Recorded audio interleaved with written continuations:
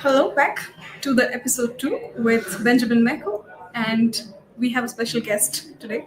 We have Hackfish with us. Okay, yesterday we spoke about the work that Meko has done. Today we are going to talk about what are the adventures that he has experienced. And to start with that, Michael, we heard from you yesterday that you took this Wikimania venue journey on your bike. Uh-huh. So, how would you like to share that with the audiences? I think just like very briefly, I think that I won't have lots more to talk about this, but I think that I think for a long time we'd been very interested in doing a long bike ride across Africa. We were interested in actually going from Cairo to Cape Town, which is like a really big project, but it's really hard to find like enough time to do it because it takes many months to do it. And so when we heard that Wikimania was going to be in Nairobi, we were like, well, maybe we can't do the whole thing, but let's do part of it. So we decided to fly in about a month early.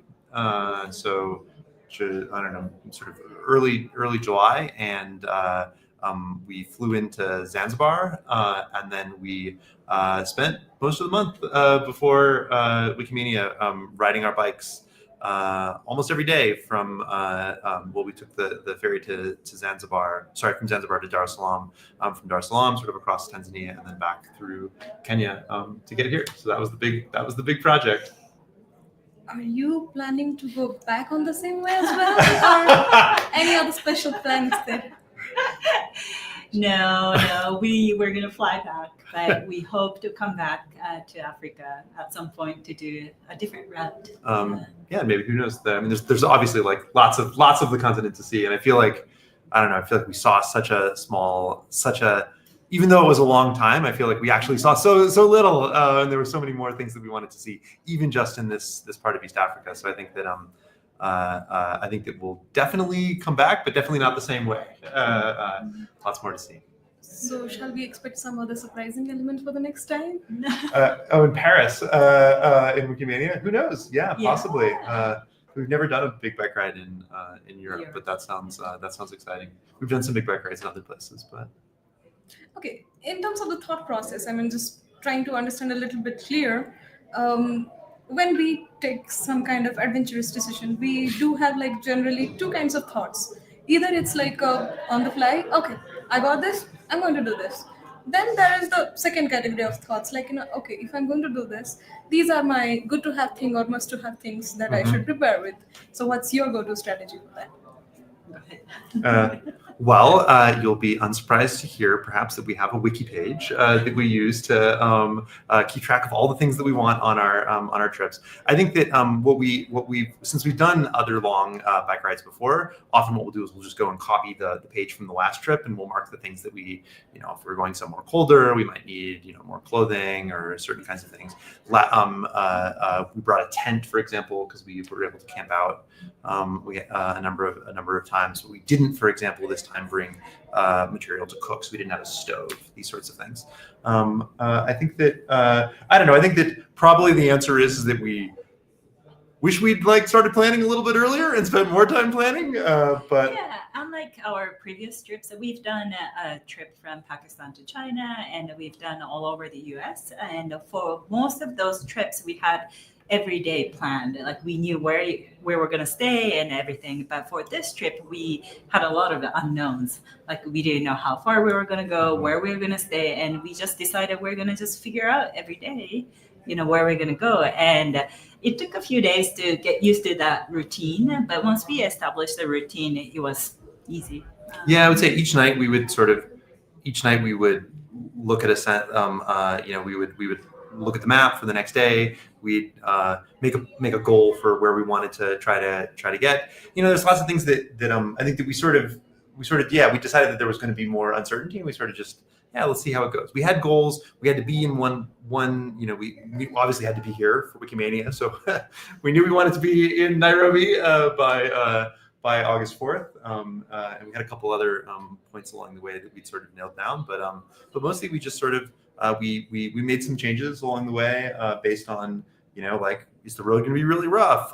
Sometimes the road looks like it's going to be really good, but actually there's a ton of diversions, and it's when you're on a bike, that can make you take a lot longer. So Or we talked to local people, and Oh, then yeah. they recommended certain things, and we would make detours. So yeah, so for example, on the we had a plan how we were going to get into Nairobi, but when we were the day before, we just saw another cyclist, a Kenyan, who was just kind of sitting by the side of the road. It turns out he was waiting for he was gonna kind of get a ride up with a truck up a hill, and I just said, "Oh, hey, this is our plan for tomorrow. What do you think?" And he says, "Oh, there's a much better road," and so we completely changed our plan for how we were going to get into Nairobi based on just like talking to people we met along the way.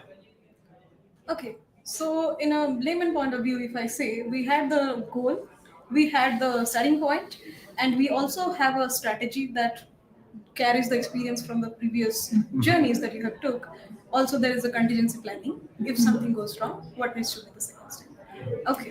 In terms of logistics, when we go for some kind of physical adventure, like which consists this kind of physical activities, so what is your go-to like pro tip that you would like to say? Because mostly I have seen people going for biking or trekking. Hydration plays a key point. yeah. Then the protein intake also plays a key point. So how do you manage that on the go? Yeah, hydration is the highest priority for us. But it was really easy to find, bottled water along the way. There were many mini shops. So we brought a filter for water, but we really didn't need to use it for this trip. In terms of nutrition, I did bring supplements, but I didn't need it because I was able to get vegetables and protein. We are both vegetarian, but we were able to get chipsi mayai, which is eggs, basically fries with eggs, and we had that often in Tanzania, and lots of vegetables, lots of fruits, and the types of fruits changed as we traveled across, and so we were well fed, and then we had a lot of medicines, but we didn't need them. We didn't get sick at all. Yeah, we had we bring like repair kits and stuff like that in case the bikes break down, so we can fix things on the bikes. We had not very much. We had 2 flat tires, and Hackfish's sort of bags, broke. There was some part of the bag broke. But in both cases, we were able to stop by like a motorcycle spare parts store, and some guys go, "Oh yeah, we can like find a thing," and we were like. Under 10 minutes in both cases, we were back on the road. We were just able to fix things really quickly. So I don't know. We found that like people were very resourceful and just extremely friendly and helpful. So we brought what we thought we needed to sort of make things work, but mostly it's kind of a little bit of going with the flow. Okay, vegetarian came out of you, but I would go back to that later. Okay, we spoke about the energy supplements, then hydration questions.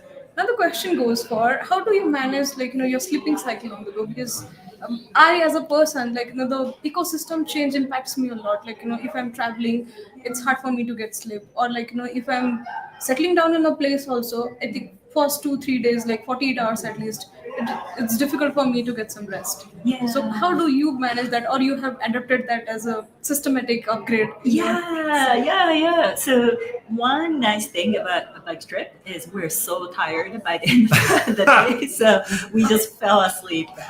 The other thing is we had a routine: 7:30 breakfast, 7:30 dinner, and so it was really easy to follow that routine, and then we eat at 7:30 p.m. and then we were in bed by 9:30, and we slept until 6 a.m. and once we established that routine, it was pretty easy. Yeah, sleeping was easy. I'd say the one exception we spent a couple nights in the Serengeti National Park on the way over. There were a lot of like lions roaring and like kind of like scary animals like scratching out inside the tent.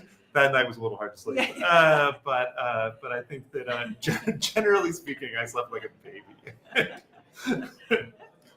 Okay, so now we get to know the strategy, then the planning, then the ecosystem analysis, the tracks that you inquired where you want to go, supplements, nutrients, discipline, then of course the highlight. I like it, like 7:30 for 7:30 dinner. Yeah. And yeah, this is beautiful. But apart from biking, is there any other hobby or any other liking that you both would like to share? Yeah, Oh. we love to cook. We love eating. So during the pandemic, our house actually decided to make a different dish every night for a year. For a year? Yeah, Yeah. so we actually consulted It's with really Wikipedia. it's really easy for the first month because you're making all your favorites, and then after the first month, you're like, you don't know how long the pandemic's going to last. You're like, oh, we've kind of run out of our basics, and then you hit the kind of Wikipedia list of national dishes, and you're just kind of going down the list and trying lots of things. So we, I think that we really got to explore a lot of things. That was a fun project, and it's cool because even on a trip like this, you get to try lots of food that you have never had before. So we had a lot of, great stuff that I think was not really on our radar, and that it's really, I think it's gonna. If we ever have another pandemic, it's definitely going to be on that list. Yes. And even if we don't, it's things that might enter our repertoire. Yeah.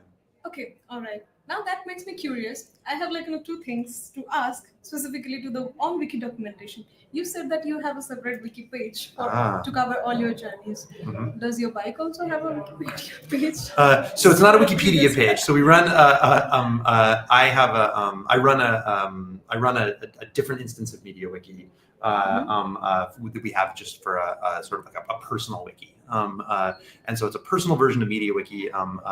But we use it for, as you said, we live in a little small cooperative house, and I think that we use that to maintain things like, for example, documentation of every meal. So if you want to know every meal that we had in the pandemic, there's a wiki page on that, including lots of recipes for things that we've done. We do document the bike trips as a way. I don't know, there's not like a big audience, but I think there have been other people who are like, hey, I'm interested in doing a trip like that. And we can share with them the page, which has information on our preparation, so on and so forth. And so try to make it a resource for other people who are interested in doing certain kinds of things, and maybe make the whole process, right? I mean, you might not want to take all the things that we did, but this is the things that we took, so on and so forth. So I think you'll have pretty comprehensive documentation. Just about everything that goes into the bag for the trip is there. I think that we usually have good documentation of our plans for how we're going to do things, and we go back and try to revise that to do it. I mean, if nothing else, I think a lot of other people will use like a Google Doc or something like that. We're just like, why not put it on a wiki page, right? Then probably no one else is going to be interested. But if you're listening and you are interested, it's there for you. That is amazing. So now we have another highlight as well, 365 recipes for 365 days. Uh-huh. Okay. So, how did you start this journey actually? How old were you when this thought process came to your mind? Or how does the evolution happen? For this particular trip or in general? In general. This adventurous hobby. Bike touring in strange places. Yeah. We started in Boston. Is that right? I think we started out really short. I think we were going to. We did it 2 days. One thing is we're bad drivers. We're really bad at driving, so we had to stick with biking. So we were like, okay, we want to go far. How do we do it on our bicycles? And so we started with like a 2-day trip or a 3-day trip from Boston to New York. And this happened in the Europe? This would have been like probably almost 15 years ago. Yeah, almost 15 years ago.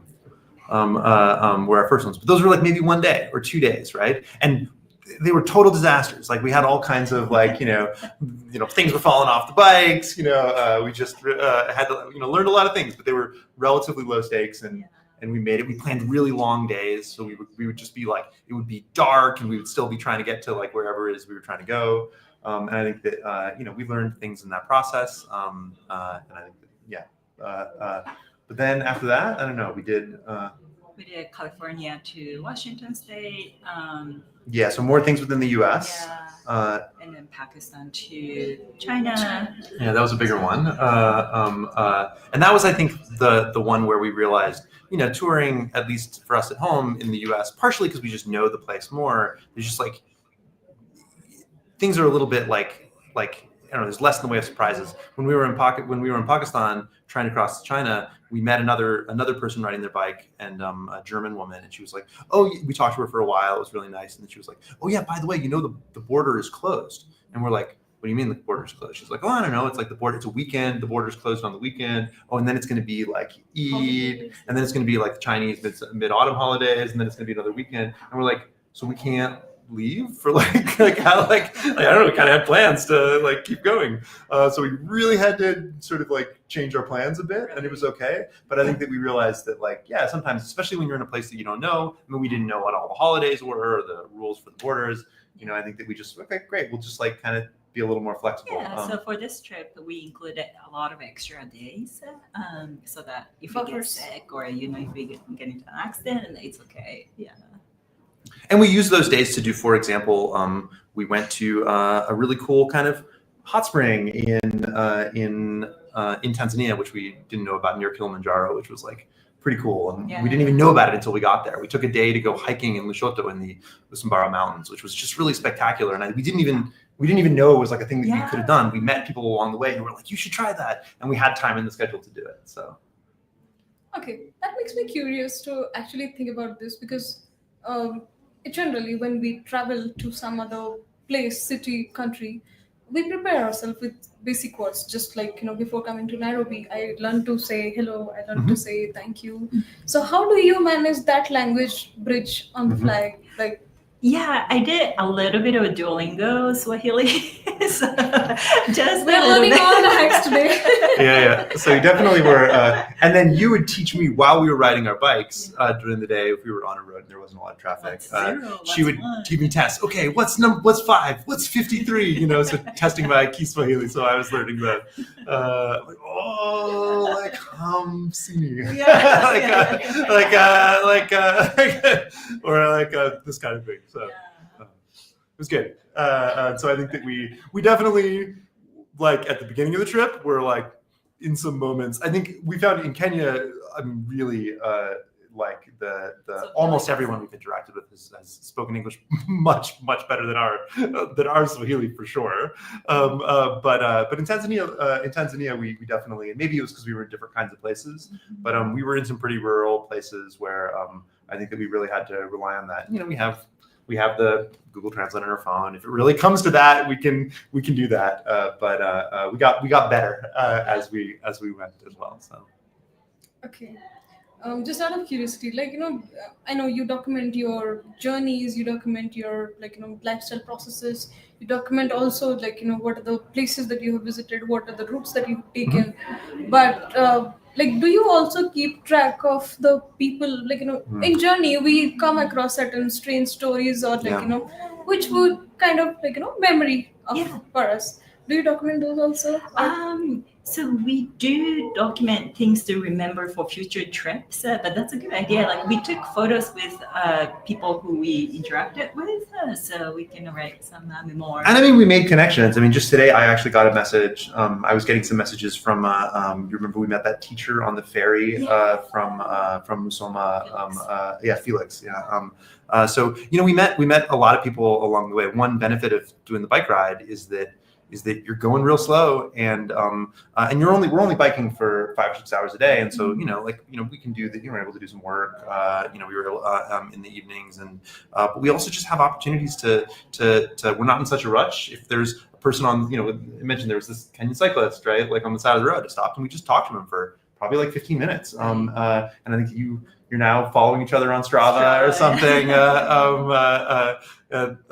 So in various ways, but we also met. We took a ferry, and I talked to he was a primary school teacher, and we just talked, and he just sent us some messages today, sort of syncing up.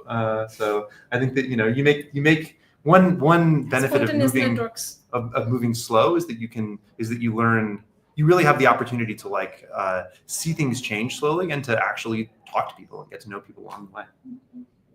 Brilliant. The last question before we move for the closer, I would ask you both. I would love to hear from you both. Is there any one instance or one experience that each time you remember from your journey or any of your preparatory days that still makes you smile? Like each time you talk about it or you think about it, it makes you giggle, smiles. I have an answer for you, but I'm curious what you're going to say. No. I want to hear yours. That's a quicker one. Okay, now you say about yours. Preparing? No, for preparing for the I think you'll remember from the trip.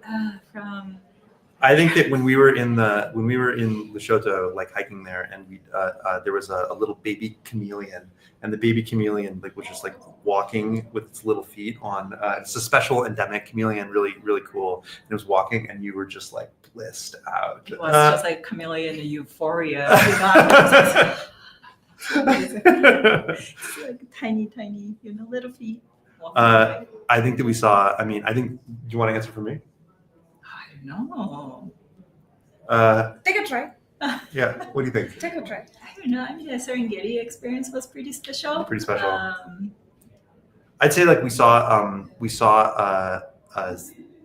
I mean, like, so I have two answers. One was that we saw there were a number of nights where we just saw these spectacular sunsets. There was a sunset from the west.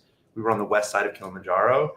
The day had been very difficult because a bunch of the road there is it's a rough road. Most of the road around Kilimanjaro is very good, but there's a path that is rough, and it was just like really slow. There's just like a lot of like animals on the path, and we ended up in this like beautiful camp on the side of there was a fire, and we were watching the sunset, and it was just like a pretty like camping out that night. It was like a pretty special moment. I think that that's one. I guess something that makes me like smile is you having to go to the washroom in the Serengeti at 3 a.m. and the lions were roaring all around us, and I was like, no. Yeah. Smile about it now. At the time, you were not smiling about it. There were just a ton. We went. I think that. Yeah, just a ton of stuff. We just met up there were a bunch of people that people were so friendly. You'd be biking by and you'd hear people just like screaming like, "Hello, how are you?" And it's just like, it was like being stuck in like an introduction to like the language first course where you're just having like, I don't know how many times I like greeted and told people I'm great, right? Or people would be like, "Hello,"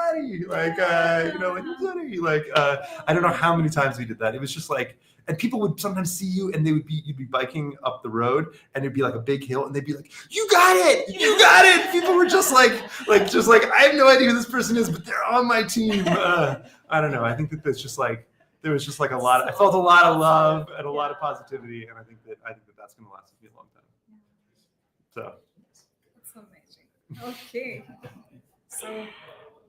What is your favorite time of the day? Like when you go out or go for is it like the sunset, the dawn, or the early morning? Or I'm not a morning person, but when I do get up early and then go on a bike ride, that's really really nice.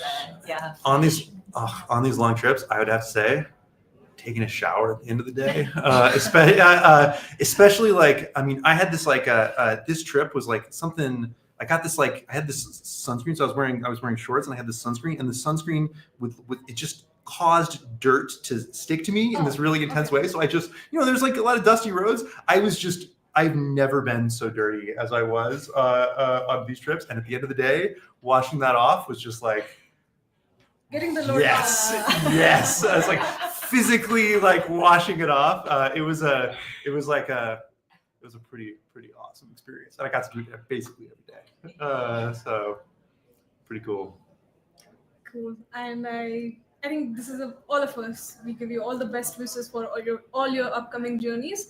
And I personally would definitely follow up the wiki pages for the next steps, and of course the past pandemic recipes. Yeah, and folks are absolutely. If anyone's interested in doing something like this in the future around Wikimania or something else, I think they were both really interested in helping people. We should start this as a trend also for any regional Wikimedians, meetup or conferences. Bring your own bike and just fly 1 or 2 countries away and make your way over, right?